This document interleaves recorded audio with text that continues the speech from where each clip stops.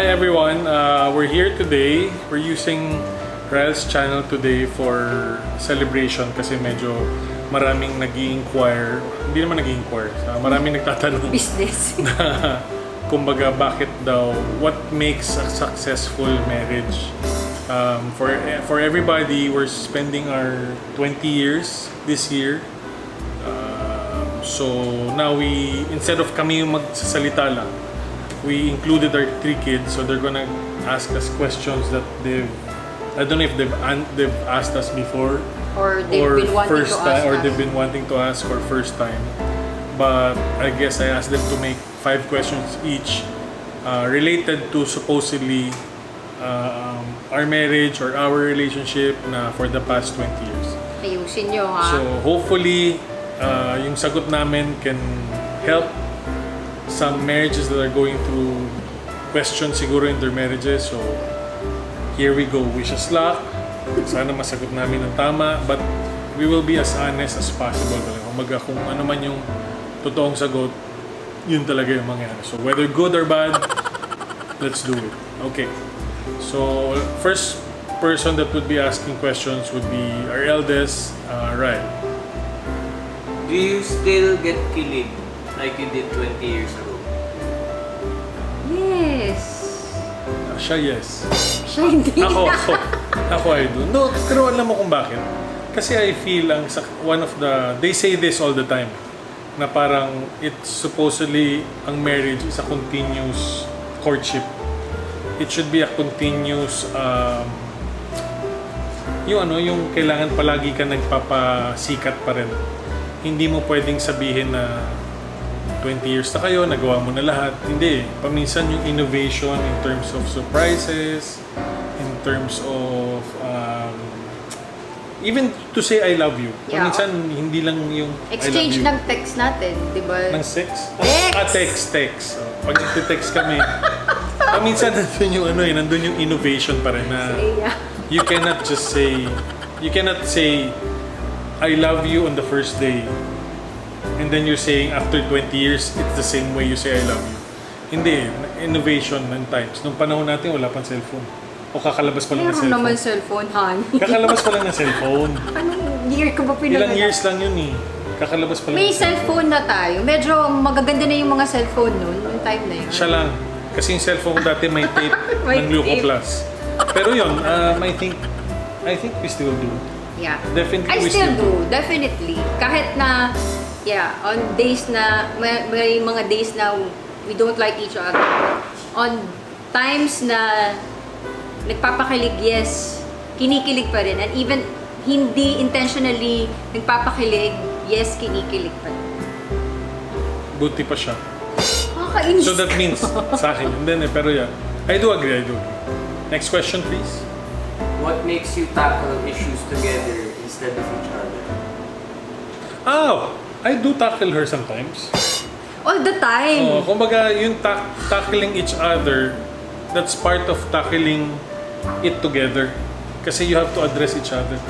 Hindi mo pwedeng sabihin na, let's say, kuwari may problema. Let's say, ako yung punot dulo ng problem. Hindi pwedeng hindi niya ako i-tackle. Kailangan she has to tackle me, to teach me, to tell me na parang ito yung nangyari, ganito yung nangyari. And then we tackle it together. Diba? Hindi pwede na it's either I tackle her alone or kami lang. Kasi hindi mo ma-address. So hindi mo. For me, we still do address each other. Nandun pa rin yun. Nandun pa rin. Yung question mo, Pawi, ah. No, that's true. Kasi parang for Chris, it's easier for him to talk to me and address the issue. But for me, parang it takes a lot of courage to tell him kasi sometimes he doesn't accept merong justification, pero pag ako nag-justify, hindi pwede. Pero pag siya palagi tama yung justification niya, siya may reason, ako may rason. So, but then, there are ways to tell him. He's ano kasi, he likes talking, like confrontational. Ako naman, I have to process. Nagagalit siya sa akin pag... Kumbaga ako, iOS na. Ikaw, Ako. Macintosh pa. ako, I still have to process, and then my way of getting my point across is through, for example, I text him or, diba, mostly text actually, and then from then on, Buti nga nawala ng email. Dati may email pa eh. ipaprocess niya, and then kukuha ng time na maganda to talk about it. Next question, please. How do you maintain trust among each other? Ang trust para sa akin. Hindi, ikaw na lang una sumagot. Hindi, sige, ikaw na lang. Hindi! Hindi, muna ka. Hindi! Sige lang, muna ka. No, ang trust is ako, I always say, paulit-ulit ko na rin ito sinabi sa mga friends ko, sa mga taong nagko-consult. May consultation pala kami. I mean, sa mga taong nagko-consult na I feel I've been blessed for the past 20 years that I can sleep soundly.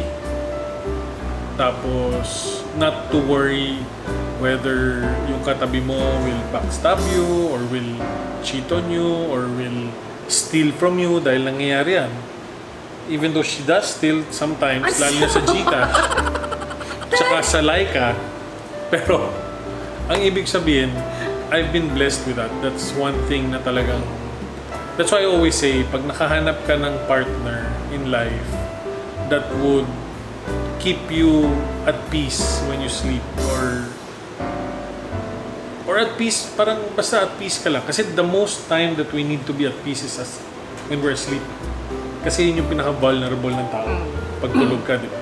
So ako, wala. I think we never really... There was really never an issue, like a serious issue. There was never really a time. No, pero never talaga naging issue na sabi namin na, let's nurture yung trust. Hindi, I think from the very start, nabigay na talaga yun. Maybe it's not hard to trust someone that you trusted your life with also. So, I think hindi naging applicable sa amin yun na parang, dapat ganito ka, yung trust. I don't think it was ever an issue sa amin. I think it's also because na yung love really is there na parang napapakita mo without even trying. So, yung respect, yung trust, they follow already. So, yun. And, yun. Totoo yung sinabi ni Daddy na parang when it comes to trust issues like cheating, ganyan. Walang naging... Stealing yung sabi ko na medyo may... Hindi, ako naman. Sa cheating, syempre yung mga wives yun yung number one na iniisip. Wala ang issue na tipong nagduda or... And, communication really helps because we talk a lot. When he wants Sabi mo ako lang yung nagtutok. No. Kasi you love to talk. So when he wants... I love you. Okay, I know that. So when he wants to tell me something na sometimes it's supposedly parang magiging offensive on my part, but then because he doesn't have a friend to talk to, I set aside my being a wife and be a friend that time para yung... I don't think... So nagko-cosplay tayo. So I put my friendship hat, my best friend hat. Yun, parang hindi yung... Kasi pag ganun, di ba? Pag may sinasabi siya sa akin na parang magiging offensive para sa akin as a wife. Siguro nandun din yung trust kasi that you don't take it offensive. Parang ako, I don't mean anything wrong with that. Parang kesa sa ibang tao yung kausapin ko, na wala namang saysay, o di ikaw na lang kakausapin ko. Yeah, so yun, parang it's also important na to process, to listen talaga. Sa communication, you have to be quick to listen and slow to speak and slow to anger. So, yun, ipaprocess mo and then set aside mo yung teka nakaka-offend to as a wife Pero no, okay, friend ako today. Saan ba siya nanggagaling? Ano ba yung pinanggagalingan niya? Para maintindihan ko siya as a person lalo. Next question. Favorite memory of each other in your 20 years? Gosh, ang dami. Number 1. Ano, nag-aaway o hindi? Joke. Ay, hindi naman, never naman kita inaway. Wow. Wala umaaway sa akin.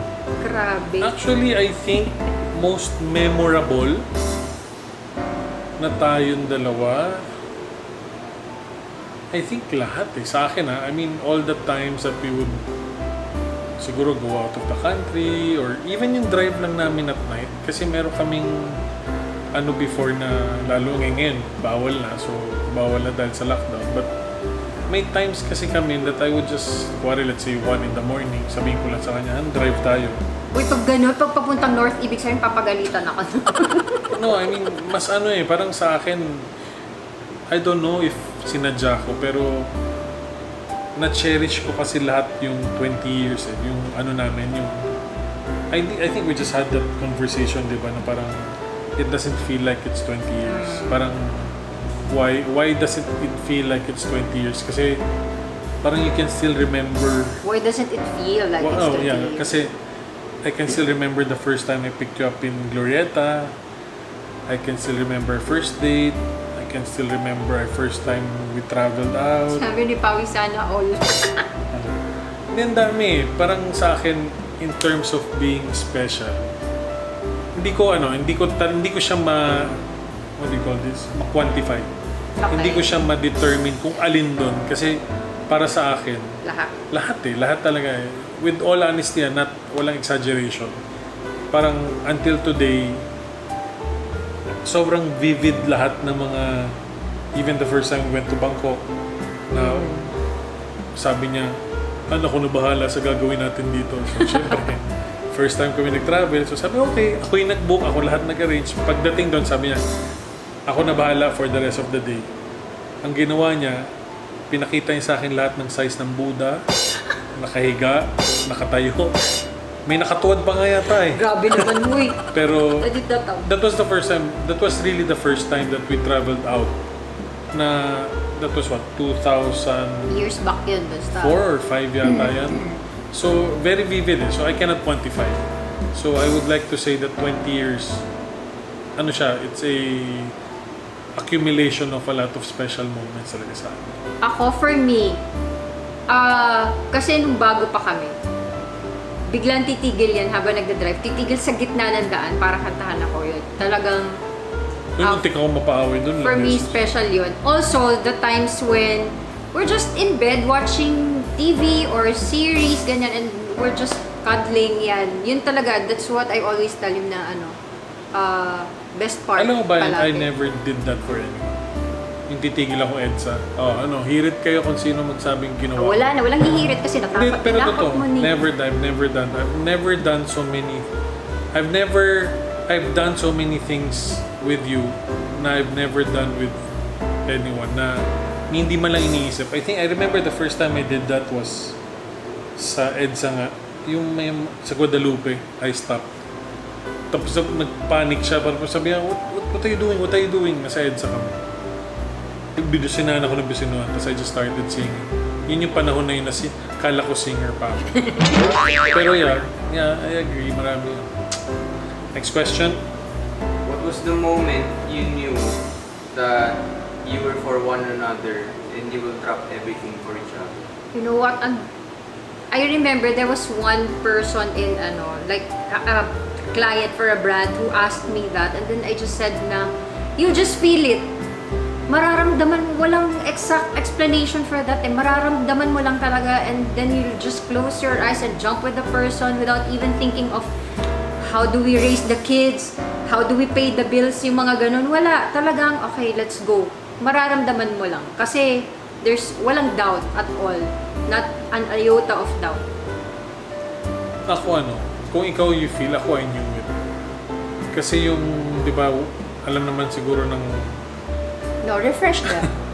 yung story na parang for 7 years I was a fan initially na so nung nangyari that I had a chance, parang alam mo yung sinasabi nga nila pag nag-align yung stars, i-grab mo talaga yung opportunity. So parang ganun yung nangyari sa akin na being a fan for 7 years, hindi fan actually, para akong stalker. Hindi rin stalker kasi I never really got in touch with you. So, admirer, yung talagang, alam mo sa utak ko na parang there's something that was telling me that she was the one for me, supposedly ha. So, akalain mo for 7 years, on the 7th year, nagkaroon ako ng chance to meet her. So, parang ako, I cannot say I just felt it. I think it's more of I knew it and I wanted it. Na sabi nga nila, kung malakas ka magdasal, kung malakas, yun yung isa kong proof kung ba't feeling ko malakas ako sa Diyos. Kasi I mean, to be honest, until today, hindi ko ma-imagine, I never predicted my life to be like this. To be with you, to have our 3 kids, the things that we've experienced in the 20 years. Hindi ko talaga mag-grasp na Good and parang, bad. hindi, para sa akin walang bad, Han. Parang sa akin, yung bad is just an experience, pero hindi talaga siya nagsistick sa'yo. Hindi ko talaga ma-explain. I mean, di ba pag nasa relationship ka, paminsan may explanation ka na parang ganito to, ganyan. Hindi. Kasi ako, ganito siya, kasi ganito siya. yeah, ako hindi. Hindi ko talaga ma-explain how we were able to arrive to now. Now that we're shooting this.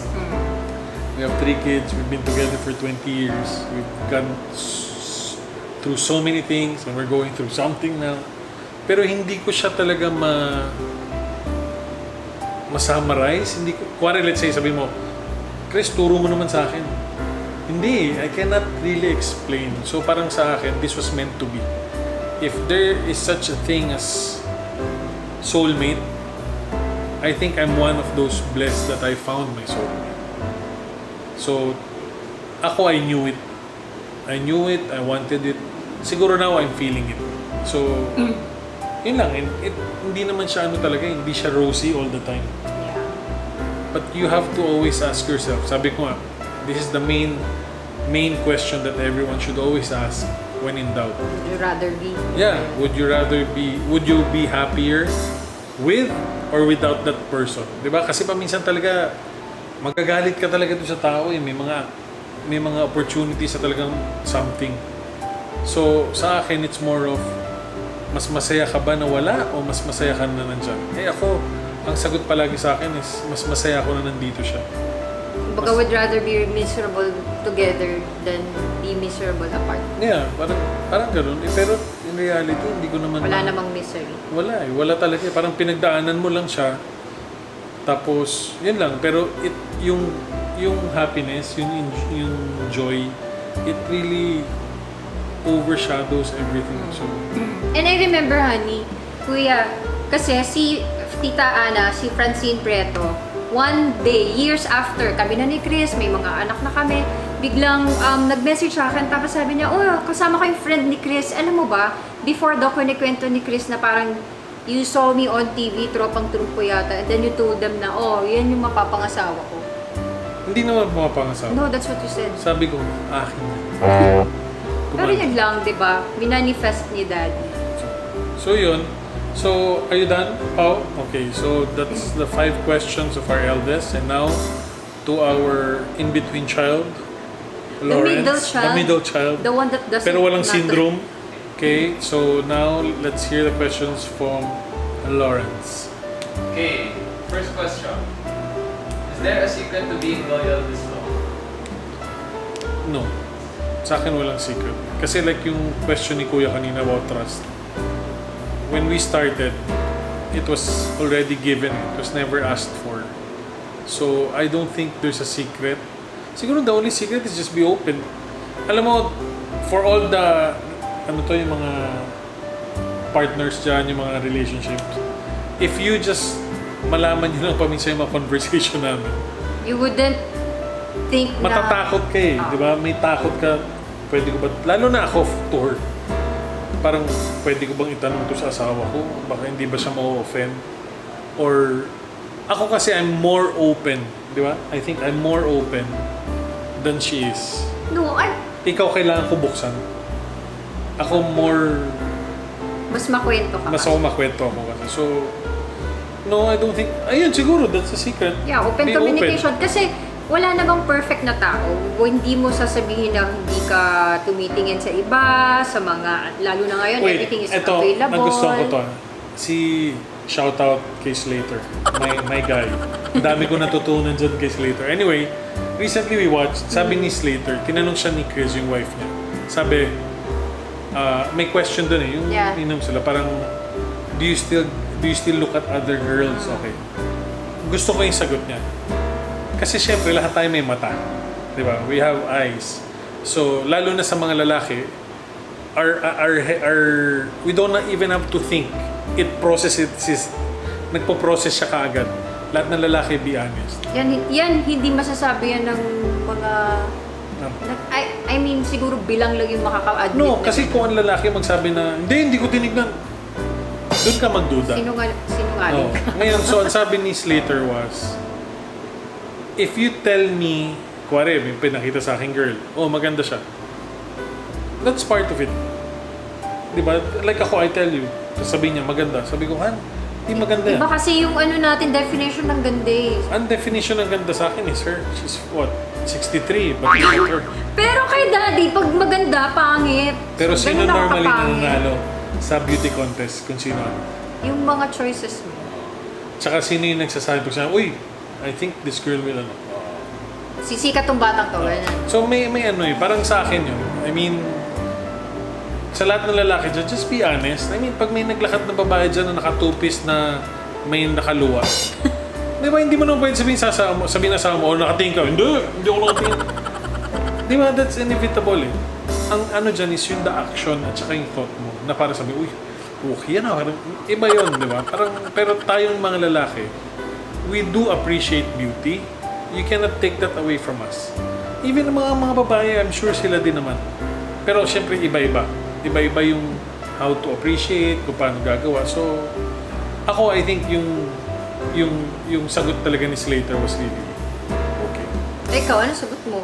Same. Yun yung sa akin na parang pag may naglakad na babae dyan, I cannot tell my wife, hindi ko nakita. No, I think it's also a matter of, if you love your partner, your spouse, you wouldn't want to hurt your spouse in any way. So, yun. Tama, it's not bad to look, but it's bad to act. And also hindi mo sinasadya eh. Like on my part hindi mo sasadyain na, hindi ko gagawin to kasi baka masaktan siya. No. Para automatic. Yes, automatic yun. Wala talaga. Like for me, walang papasok, walang entertainment sa utak ko in any way. So hindi ka na-entertain? No, sa mga Sabi mo lang entertainment. Next question, please. Okay.